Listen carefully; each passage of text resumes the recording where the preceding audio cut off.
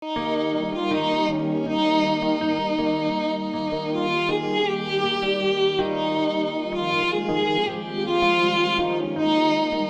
جب ہم ماضی کی طرف دیکھتے ہیں اور یہ دیکھتے ہیں پاکستان بننے سے پہلے جب میری عمر 4-5 سال کی، اس میں پوری باتیں تو یاد نہیں رہتی، لیکن کچھ باتیں ایسی ہوتی ہیں جو ذہن پر نقش ہو جاتی ہیں۔ اور پھر یہ کہ اپنے والدین سے ہم نے اتنی بار تذکرے سنے کہ ایسا لگتا ہے کہ ہم خود جو ہے وہ کچھ اپنی آنکھوں سے ہم نے دیکھا ہے۔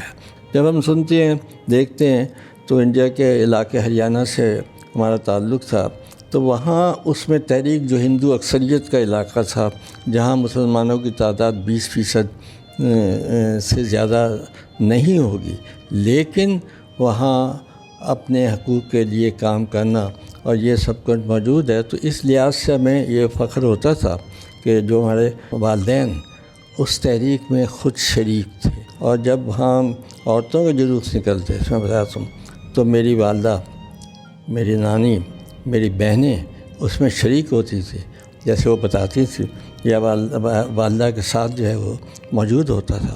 تو وہ نعرے تو عورتوں کے جلوس نکلنا یہ پہلی بار ہوا تھا۔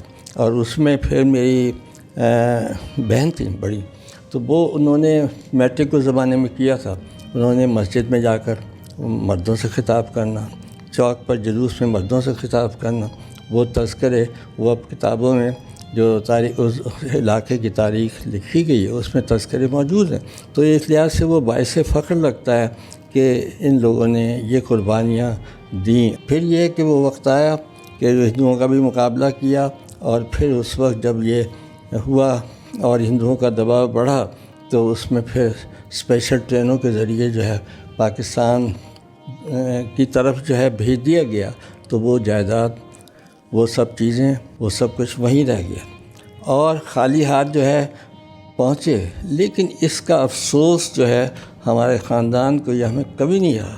پاکستان بننے کے بعد جب یہاں آئے، گورنمنٹ نے اسپیشل ٹرینیں چلائیں تھیں، تو وہ پھر یہ کہ یکجا نہ ہوں کہ کچھ کے کہہ دیا کہ یہ ٹرین لاہور میں رکے گی، یہ ٹرین اوکاڑا میں رکے گی، یہ بہاولپور میں جائے گی، یہ ملتان میں جائے گی۔ تو میں نے کہا ہماری قسمت میں یہ تھا کہ ملتان میں، اور مہاجرین کا کیمپ جو ہے چابوڑ والے میں بنایا گیا تھا۔